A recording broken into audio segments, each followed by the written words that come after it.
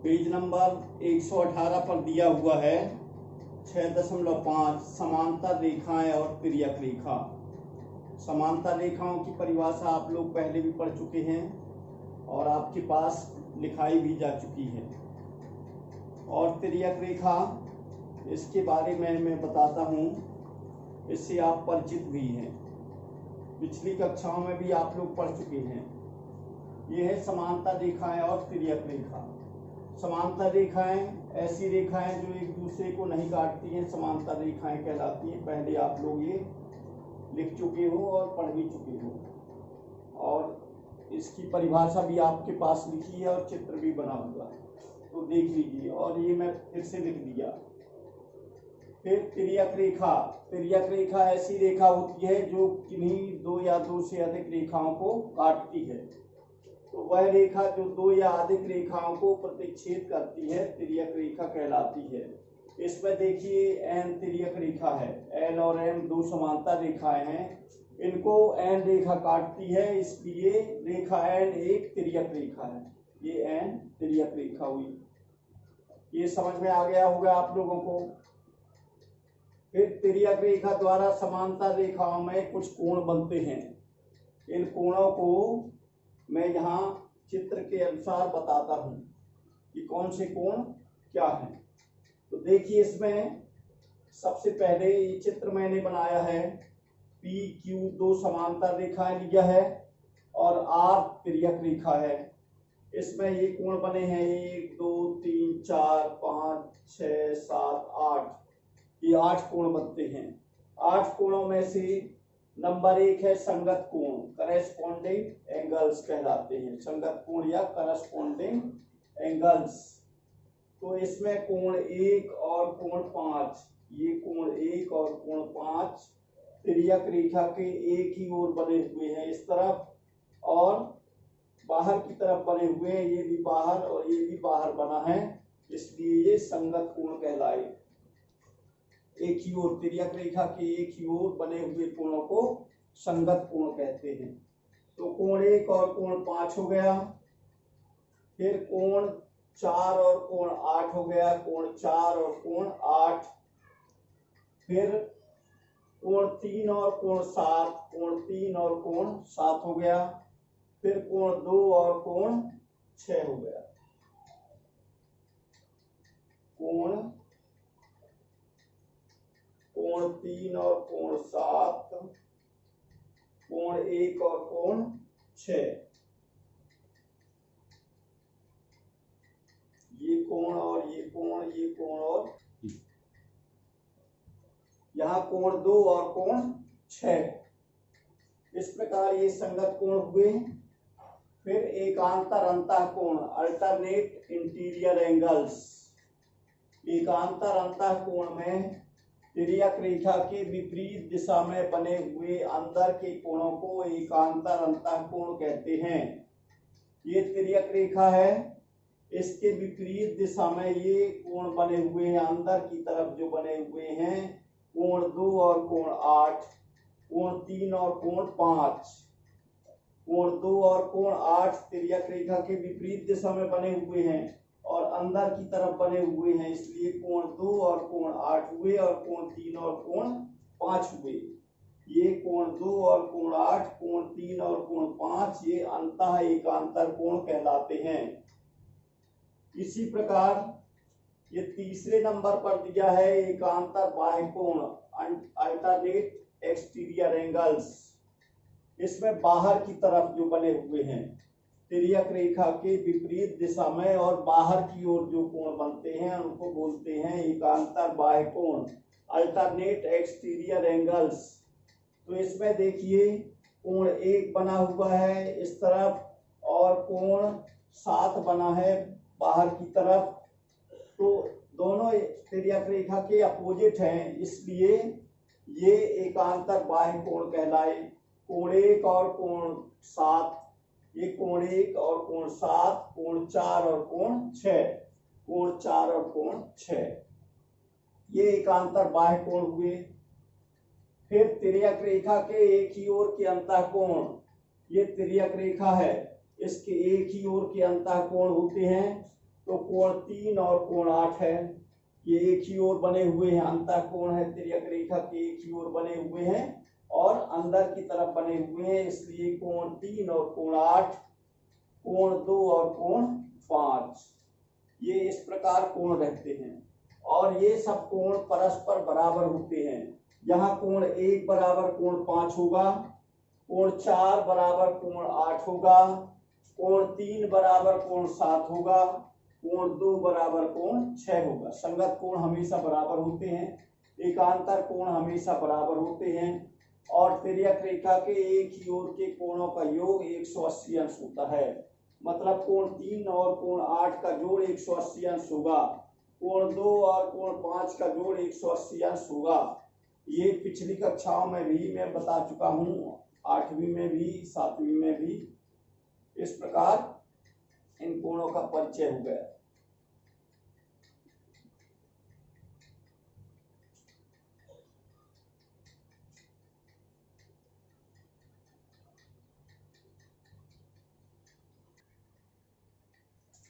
फिर इस प्रश्नावली के ये उदाहरण आप लोग स्वयं हल कर लेंगे।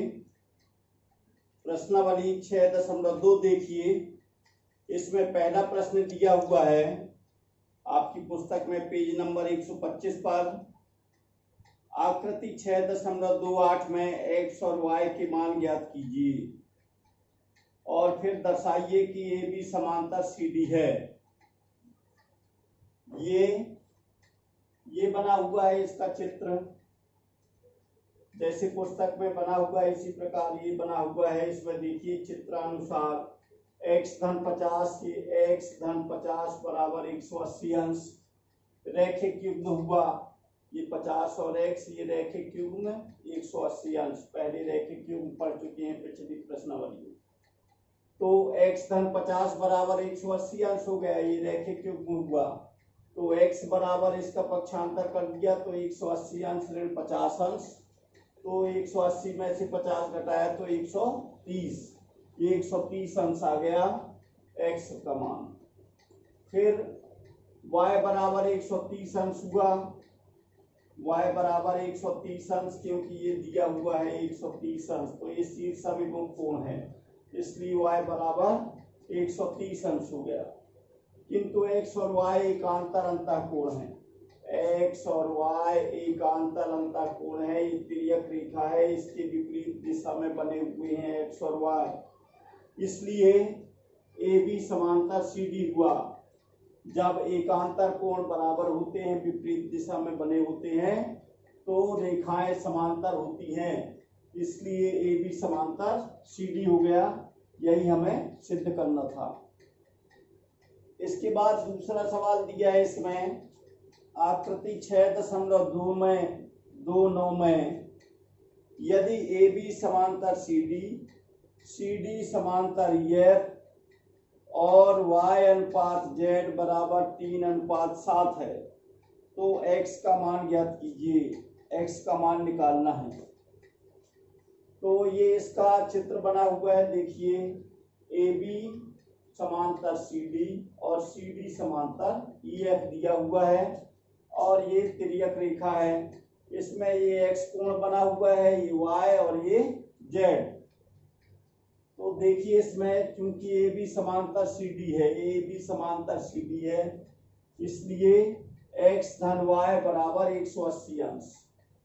तिर्यक रेखा के एक ही ओर के कोणों का जोड़ 180 अंश होता है, तो ये x और y तिर्यक रेखा के एक ही ओर कोण बने हुए हैं, इसलिए x धन y बराबर 180 अंश हुआ। ये समीकरण 1 हो गया। ये लिखा हुआ तिर्यक रेखा के एक ही ओर के अंतःकोण।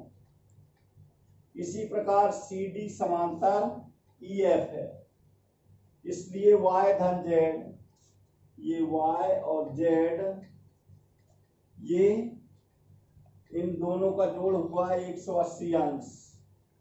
ये y है तो इसका शीर्ष अभिमुख कोण ये होगा, ये भी y होगा, तो y धन z बराबर 180 अंश।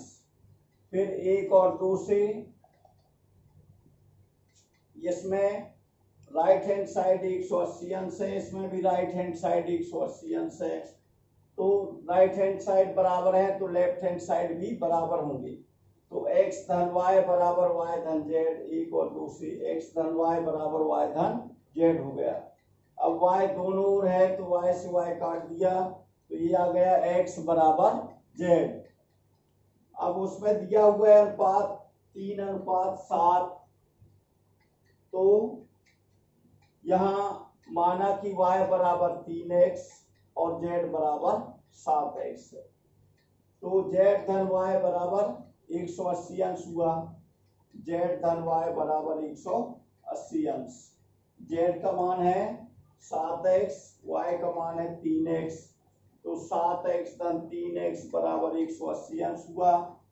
तो 10x बराबर 180 अंश, 7 और 3 10 हुआ, 10x बराबर 180, तो x बराबर 180 बटे 10, शून्य से शून्य काट दिया तो 18 आ गया।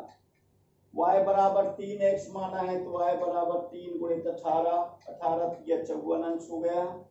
और z बराबर माना है 7x, तो 7x बराबर 7 गुणित 18 बराबर 126 अंश।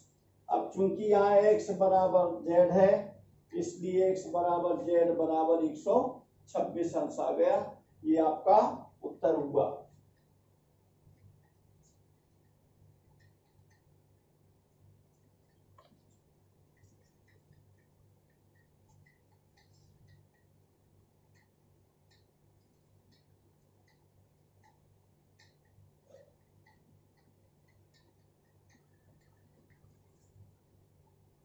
फिर देखिए आप लोग तीसरा प्रश्न आप लोग स्वयं हल करेंगे। चौथा देखिए, आकृति 6.31 में यदि PQ समांतर ST कामा कोण PQR बराबर 110 अंश और कोण RST बराबर 130 अंश है, तो कोण QRS ज्ञात कीजिए। इसमें संकेत भी लिखा हुआ है, बिंदु R से होकर ST के समांतर एक रेखा खींचिए। तो हमने यहाँ ये आकृति बना दी, ये इतना दिया हुआ है, उसमें लिखा हुआ है कि RX से एक समांतर रेखा ST के समांतर खींचिए। तो ये हमने एक रेखा खींच दिया। दिया हुआ है PQ समांतर ST, PQ समांतर ST, ये PQ समांतर ये ST दिया हुआ है। कोण RST बराबर 130 अंश दिया है, ये RST बराबर 130 अंश, और कोण PQR बराबर 110 अंश दिया हुआ है। ज्ञात करना है कोण QRS, कोण QRS, ये वाला कोण ज्ञात करना है। रचना किया हमने, बिंदु R से होकर किरण RX समांतर ST खींचा। तो चूंकि PQ समांतर ST है, ये दिया हुआ है, PQ समांतर ST ये दिया हुआ है, और RX समांतर ST है, ये रचना से, इसलिए ये तीनों समांतर हो गए। PQ समांतर ST समांतर RX और RS तिर्यक रेखा है। अब यहाँ पर PQ समांतर ये ST है, PQ समांतर ST है, और SR तिर्यक रेखा है, ये SR तिर्यक रेखा हो गया और PQ समांतर ST हो गया। इसलिए कोण SRX धन कोण, ये कोण SRX धन कोण RST बराबर 180 अंश। इस कोण का और इस कोण का दोनों का जोड़ 180 अंश हुआ, क्योंकि तिर्यक रेखा के एक ही ओर के कोण है। तिर्यक रेखा के एक ही ओर के कोणों का जोड़ 180 अंश होता है। अब यहाँ पर कोण SRX ये यही ले लिया, धन कोण RST दिया है 130 अंश, ये दिया हुआ है, तो RST की जगह 130 अंश रख दिया, बराबर 180 अंश, पक्षांतर कर दिया तो 180 अंश ऋण 130 अंश आ गया। 180 में से 130 घटाया तो 50 अंश हो गया। अब चूंकि PQ समांतर RX है और QR ये तिर्यक रेखा है, इसलिए कोण PQR बराबर कोण QRX, कोण PQR बराबर कोण QRX एकांतर कोण है, इसलिए 110 अंश PQR 110 अंश ये दिया हुआ है, बराबर कोण क्यू आर एक्स, दो कोण बने हुए कोण क्यू आर एस धन कोण एस आर एक्स, ये लिखा है एस आर एक्स। 110 अंश बराबर कोण क्यू आर एस धन 50 अंश, ये एस आर एक्स का मान 50 अंश आ चुका है। इसका पक्षांतर कर दिया तो कोण क्यू आर एस बराबर 110 अंश ऋण 50 अंश, तो 110 में से 50 घटाए तो 60 अंश आ गया। कोण क्यू आर एस बराबर 60 अंश, यही आपका उत्तर है।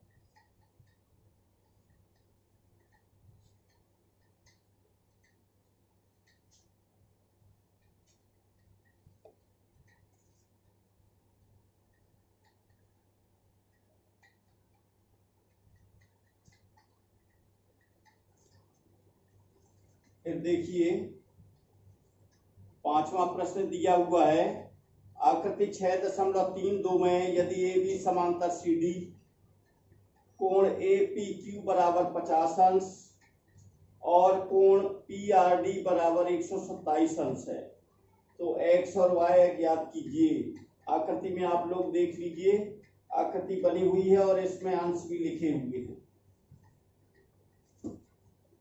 ये देखिए यहाँ पर कोण ए पी क्यू बराबर 50 अंश दिया है, कोण क्यू पी आर बराबर वाई दिया है, कोण पी क्यू आर बराबर एक्स दिया है, कोण पी आर डी बराबर 127 अंश दिया हुआ है। क्योंकि ए बी समांतर सी डी है, ए बी समांतर सी डी है और पी क्यू तिर्यक रेखा है, ये पी क्यू तिर्यक रेखा है, इसलिए कोण ए पी क्यू बराबर कोण पी क्यू आर, एकांतर कोण है, ये कोण यहाँ बना है, ये कोण यहाँ बना है। तो कोण ए पी क्यू कितना है 50 अंश बराबर कोण पी क्यू आर हुआ। कोण पी क्यू आर का मान दिया है एक्स, तो 50 अंश बराबर एक्स, ये एक्स बराबर 50 अंश हो गया। अब देखिए पी आर डी धन कोण P R Q, P R D, ये पी आर डी धन कोण पी आर क्यू, ये दोनों कोणों को मिलाकर 180 अंश हुआ, रैखिक युग्म है, इसलिए 127 अंश, ये 127 अंश है धन कोण पी आर क्यू बराबर 180 अंश। कोण पी आर क्यू बराबर पक्षांतर कर दिया इसका, तो 180 अंश ऋण 127 अंश, तो ये हो गया 53 अंश। फिर त्रिभुज पी क्यू आर में त्रिभुज के तीनों कोणों का योग 180 अंश होता है, इसलिए कोण पी क्यू आर धन कोण क्यू पी आर धन कोण पी आर क्यू बराबर 180 अंश। तो कोण पी क्यू आर एक्स है और कोण क्यू पी आर वाई है, धन कोण पी आर क्यू बराबर 180 अंश। फिर x का मान 50 अंश, ये आ चुका है, x बराबर 50 अंश धन y धन पी आर क्यू का मान 53 अंश है, ये 53 अंश आ चुका है, तो ये मान रख दिया, इनको जोड़ दिया तो y धन 53 और 50 हो गया 130 अंश, 103 अंश, 103 अंश। पक्षांतर कर दिया तो y बराबर 180 अंश ऋण 103 अंश, तो ये आ गया 77 अंश, ये आपका आंसर हुआ।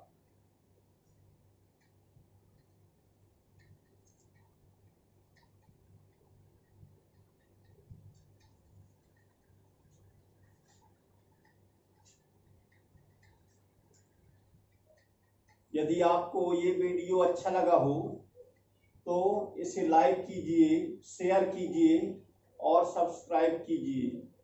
आप लोगों को बहुत बहुत धन्यवाद।